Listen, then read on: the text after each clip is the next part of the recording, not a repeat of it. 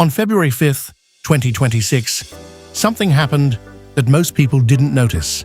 There was no explosion, no press conference, no breaking news, Chiron scrolling across the bottom of your screen. Just a date, and then silence. On February 5th, 2026, the New START Treaty officially expired, ending the last legally binding strategic arms limits between the United States and Russia. And with that quiet, bureaucratic moment, something that had held for over 50 years came to an end. The expiration of New START marks the end of an era that began in 1969, when the United States and the Soviet Union launched the SALT I negotiations. For the first time in decades, there is no treaty constraining the nuclear arms race. No caps, no inspections, no legal limits. For the first time since the Nixon administration, the two largest nuclear powers on Earth are operating without a single binding agreement between them. Let that land. What New START actually was. Before we talk about what's gone, let's understand what we had. Because the numbers here are the story. New START, negotiated in 2010 under President Obama and Russian President Medvedev, set limits for deployed ballistic missiles and bombers at 700 each, strategic missile launches at 800 each, and the number of nuclear warheads the United States and Russia could deploy to 1,550 each. On screen, those are just numbers. But here's what they actually mean, in human terms. 1,550 deployed strategic warheads, each one capable of destroying a city. Each one many times more powerful than the bombs that killed 200,000 people in Hiroshima and Nagasaki. And that's the cap, the ceiling, the legally enforced upper limit. Since the treaty only applied to strategic and deployed nuclear weapons, both countries have larger nuclear arsenals, with Russia estimated to possess 5,459 nuclear warheads and the United States 5,177.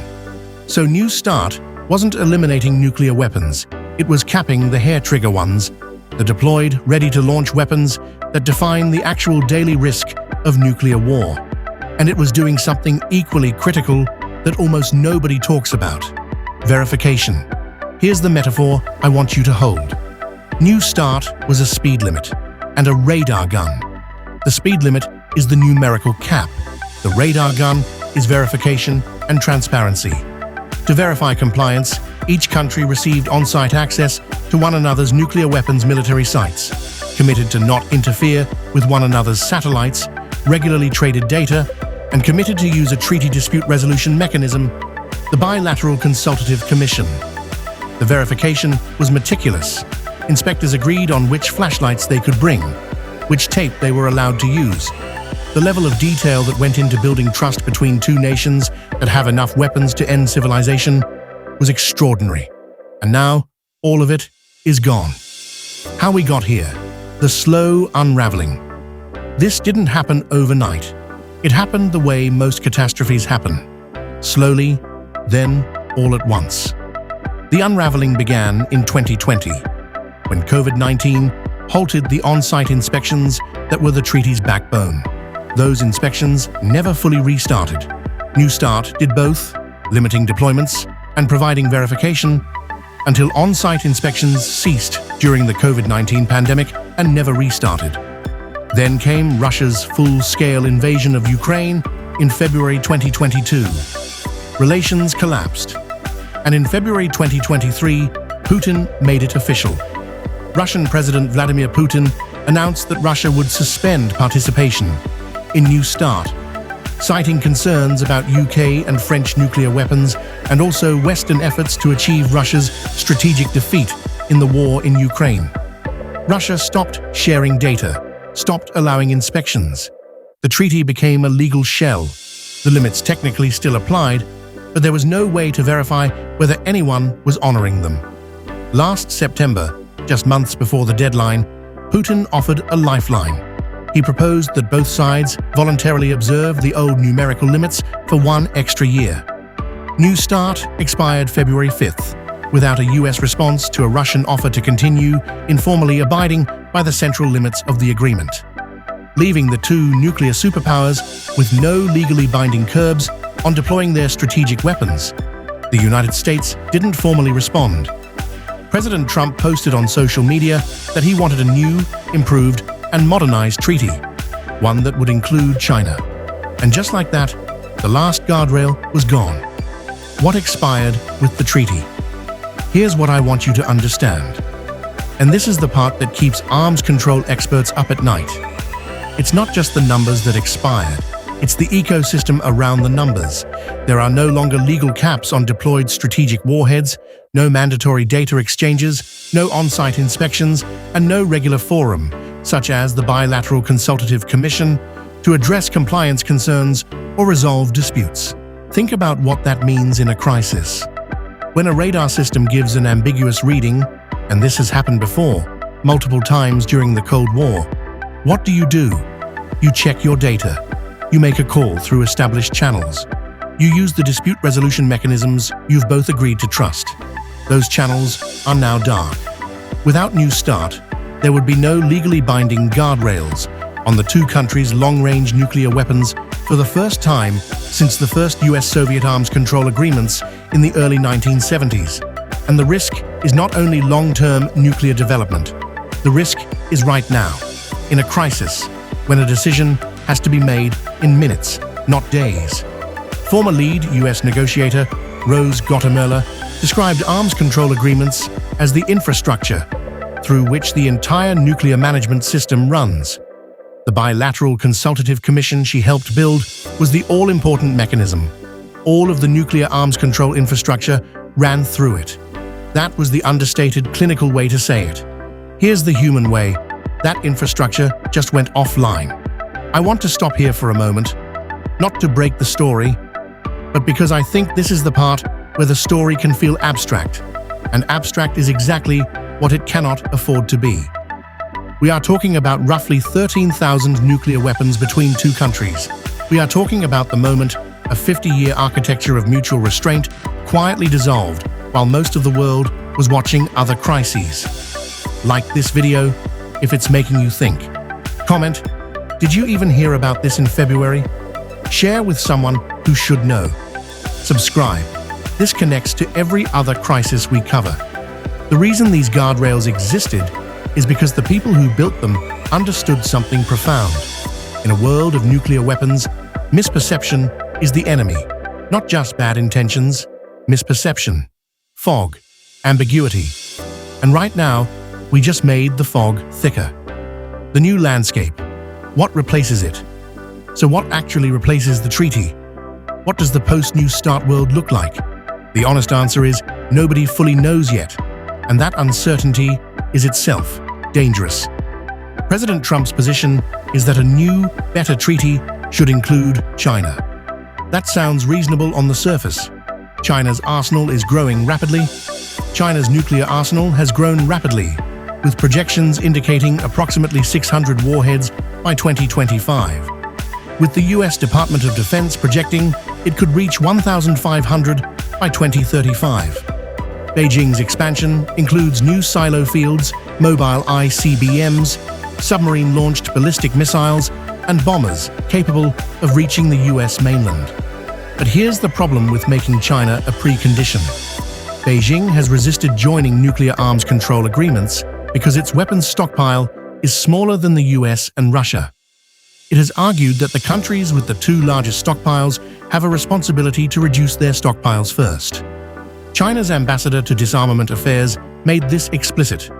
China will not take part in nuclear disarmament negotiations at this stage, reiterating the long-standing position that Russia and the United States have special and primary responsibilities to make cuts to their arsenals first.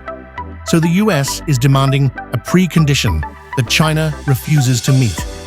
Russia is proposing informal voluntary restraint with no verification, and the result is a strategic vacuum. Meanwhile, the US Defense Department has been quietly preparing for a world without treaty limits. A senior arms control official suggested that following the expiration of New START, the United States could increase the size and diversity of its nuclear arsenal, and noted that the United States retains non-deployed nuclear capacity that can be used to address the emerging security environment if directed by the president. Read that carefully. A senior US official just publicly floated increasing the nuclear arsenal. On the same day the last treaty limiting it expired. This is more than the loss of one agreement. It represents the collapse of a bilateral bipolar arms control architecture built for a world that no longer exists. The domino effect. Who else is watching? Here's where it gets even darker, because the consequences don't stop at Washington and Moscow. Non-nuclear states will take notice as the next NPT review conference gathers in New York from April 27th to May 22nd, 2026. Delegates from the Global South and non-aligned nations will question why nuclear weapon states expect them to uphold non-proliferation commitments while these powers relax their own restrictions. The core bargain of the NPT, disarmament in return for non-proliferation, appears more fragile than ever. The Nuclear Non-Proliferation Treaty has always rested on a bargain. Countries without nuclear weapons agree not to build them, in exchange for a credible commitment from countries with them to reduce. The legal obligation of Russia, the United States, and other nuclear weapon states to negotiate nuclear disarmament has not expired with New START. This obligation comes from the Nuclear Non-Proliferation Treaty itself. But if the largest nuclear powers are tearing down their own frameworks, if they're arguing about who gets included in new talks rather than actually holding them, the message to every aspiring nuclear state is unmistakable. The rules don't apply to the powerful. And when that message lands in Pyongyang, in Tehran, in any capital with the technical capability and the geopolitical motivation to reconsider nuclear restraint, the world gets measurably more dangerous. The three scenarios. Where does this go? Three scenarios. Honest probabilities. Best case. Medium probability. A political understanding, formal or informal, preserves some caps and some transparency, while negotiations for a successor arrangement begin in earnest. Russia's moratorium holds. The US doesn't dramatically expand deployed forces. The NPT review conference in late April produces a joint statement that buys time. Russia's foreign minister has stated Moscow will observe the numerical limits voluntarily, as long as Washington does the same. That's fragile, but real. This is possible, but it requires political will that is currently absent on both sides. Worst case, medium probability, rising verification, degrades completely. The US begins uploading non-deployed warheads. Russia responds in kind, citing novel weapons, the hypersonic Zircon, the autonomous Poseidon torpedo, the nuclear-powered Burevestnik cruise missile. China accelerates its build-up. Then a crisis happens in Ukraine, in the Taiwan Strait, in the Persian Gulf. The channels that would normally allow de-escalation are dark. The data exchanges have stopped. The hotlines are cold. A world with no limits on the two largest nuclear stockpiles is a more dangerous world. That is not rhetoric. That is physics and political science colliding in the worst possible way. Most likely. Medium-high probability drift. Both sides informally stay near the old limits. For now. Negotiations get announced, but produce nothing for years. New technologies, hypersonics, space-based systems, AI-assisted targeting, complicate the old counting rules in ways no one has agreed on. The arms control community keeps issuing warnings. Policymakers keep saying, we're working on it. The world lives in a gray zone of nuclear ambiguity. The problem with drift is that it relies on nothing going wrong. What to watch? Signals that matter. Here is what to watch in the coming months, because this story is not static. Watch the NPT review conference, late April. This gathering in New York will be the first major international forum where the consequences of New START's expiration are formally on the table. If nuclear weapon states offer nothing, no moratorium commitment, no negotiating timeline, expect the non-proliferation regime to take serious damage. Watch whether Russia exceeds the old limits. Moscow has said it will observe the numerical caps voluntarily as long as Washington does the same. If Russian deployed warhead numbers begin to climb above 1,550 in open-source monitoring data, that is the tripwire. Informal restraint has ended. Watch the US nuclear posture. The Pentagon's language about non-deployed nuclear capacity is not accidental. It is a signal. Watch for budget requests, force structure announcements, or congressional testimony that makes the potential for arsenal expansion concrete. Watch China. Whether nuclear arms control appears on the agenda at the Trump-Xi summit will tell you whether a trilateral framework is even discussable, or whether it's a precondition designed to delay rather than advance real negotiations. For 50 years, there was a speed limit. It wasn't perfect. It didn't cover every weapon. It didn't resolve the fundamental tension between two nations that each held enough firepower to end human civilization several times over. But it was a limit. And paired with the radar gun of verification, the inspectors, the data exchanges, the hotlines, the commission meetings, it reduced the most dangerous variable of all: surprise. Arms control agreements at their best provide predictability and help the parties involved avoid dangerous and costly military buildups. That's the understated clinical way to say it. Here's the human way. When you know roughly what the other side has, you don't have to assume the worst. And when you don't have to assume the worst, you have a fraction more time, in a crisis measured in minutes, to not make the last mistake humanity ever makes. That time has now gotten shorter. The New START Treaty, the last binding agreement limiting the strategic nuclear arsenals of the United States and Russia, expired on February 5, 2026. For more than half a century, American and Soviet, later Russian, leaders had operated under some form of negotiated restraint on their most powerful weapons. That era has now ended. The era has ended. The question is, what era begins next? Subscribe so you don't miss our continued coverage as that answer takes shape. Like this if you think it deserves more attention than it got. And leave a comment. Do you think a new trilateral treaty with China is genuinely achievable? Or is the arms control era over for good? See you in the next one.